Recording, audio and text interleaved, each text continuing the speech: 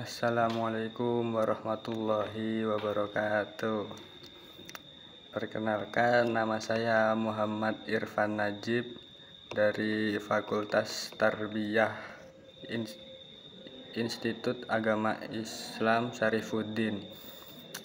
Saya di sini akan mempresentasikan tugas dari Pak Dosen Nur Hafid Ishari, SPDI MA, yang berjudul tentang realitas pendidikan Islam di Jawa melalui Kerajaan Demak.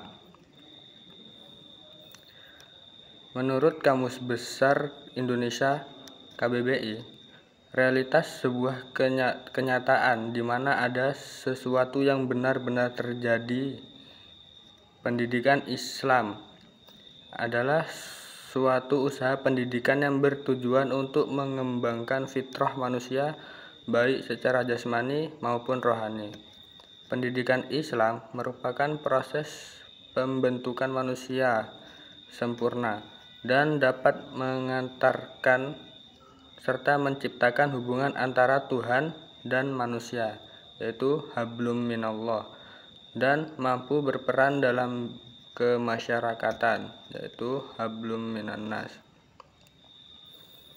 Kerajaan Islam di negara Indonesia timbul sebagai konsekuensi yang dapat diterima dari tatanan sejarah pendidikan Islam saat itu. Berdirinya Kerajaan Demak. Kerajaan Demak merupakan sebuah kesultanan Islam pertama di pesisir utara Jawa Tengah. Secara geografis, Kerajaan Demak terletak di Kabupaten Demak, Provinsi Jawa Tengah. Pada awalnya, daerah Demak dikenal dengan sebutan Bintoro atau disebut juga Gelagahwangi, yang merupakan kerajaan bawahan Majapahit. Terdapat beberapa pendapat tentang dari mana asal istilah Demak. Pertama, Demak berasal dari kata kawi yang artinya pegangan atau pemberian. Kedua, Demak berasal dari bahasa Arab, yaitu damak, yang artinya air mata.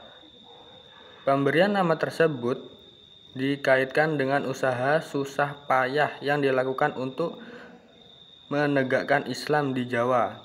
Ketiga, Demak juga berasal dari bahasa Arab dimyat.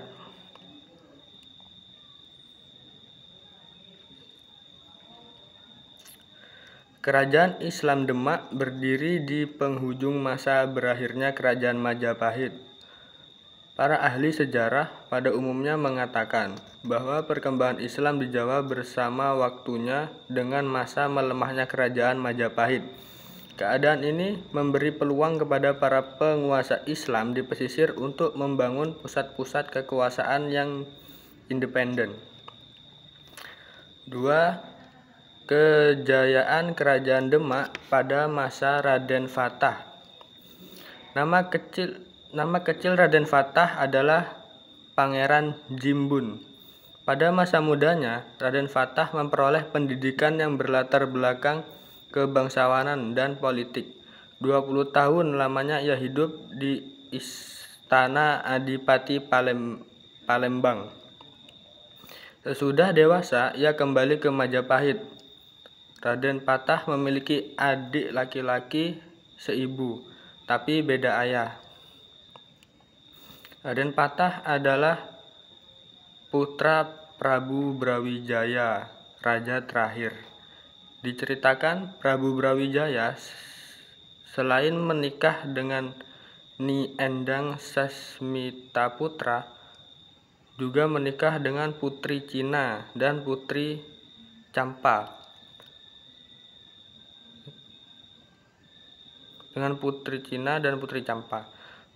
Karena Ratu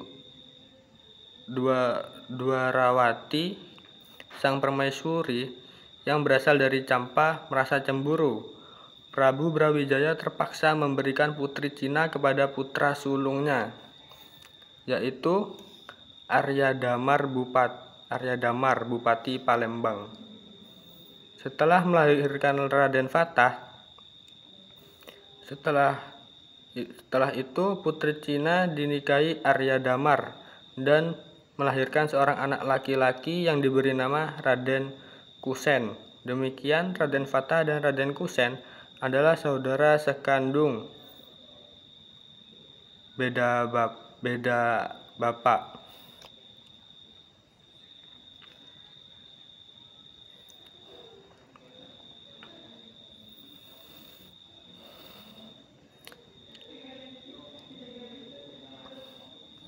Dalam memimpin kerajaan Demak, Raden Fatah menunjukkan berbagai keberhasilan yang dapat dicapai seperti 1. Keberhasilan Raden Fatah dalam perluasan dan pertahanan kerajaan dapat dilihat ketika ia menaklukkan Girindra Wardana yang merebut tahta Majapahit pada tahun 1478 hingga dapat mengambil alih kekuasaan Majapahit. Selain itu, Raden Fatah juga mengadakan perlawanan terhadap Portugis pada tahun 1511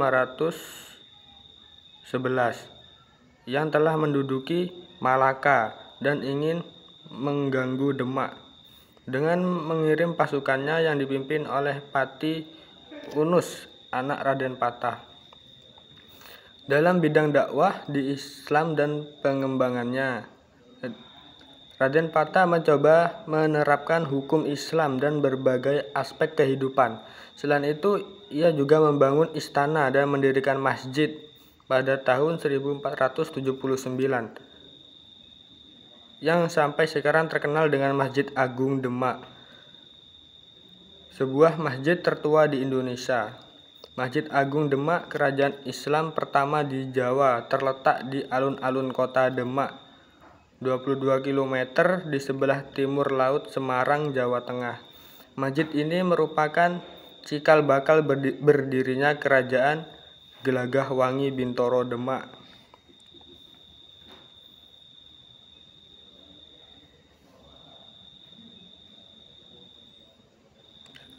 Selanjutnya, peran kerajaan Islam dalam proses Islamisasi.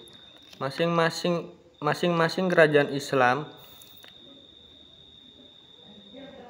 di samping memiliki keunggulan juga memiliki kesamaan dalam menggunakan pendidikan dalam arti yang luas untuk kepentingan menyiarkan agama Islam. Masuknya Islam ke daerah Indonesia tidak dalam waktu yang bersamaan. Di samping itu, keadaan politik dan sosial budaya daerah-daerah ketika didatangi Islam juga berlainan. Berdasarkan pada keadaan ini, maka sejarah mencatat tentang adanya berbagai saluran yang digunakan untuk menyebarkan ajaran agama Islam adalah: pertama, melalui jalur perdagangan; kedua, melalui jalur pernikahan; yang ketiga, melalui jalur tasawuf; yang keempat, melalui saluran pendidikan; yang kelima, melalui kesenian; dan yang keenam,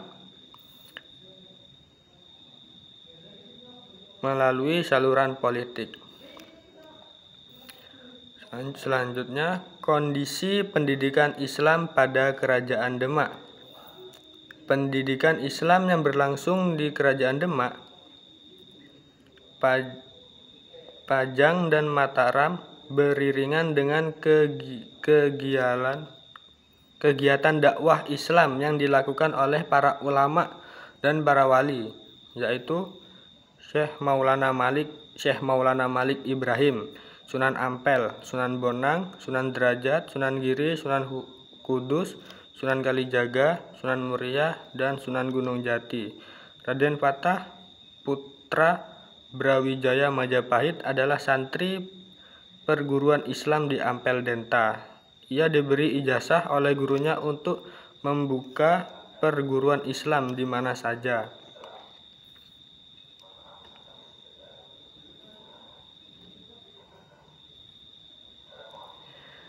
Kesimpulannya, Raden Fatah telah berhasil mendirikan kerajaan Islam pertama di Jawa yang berdiri sejak tahun 1478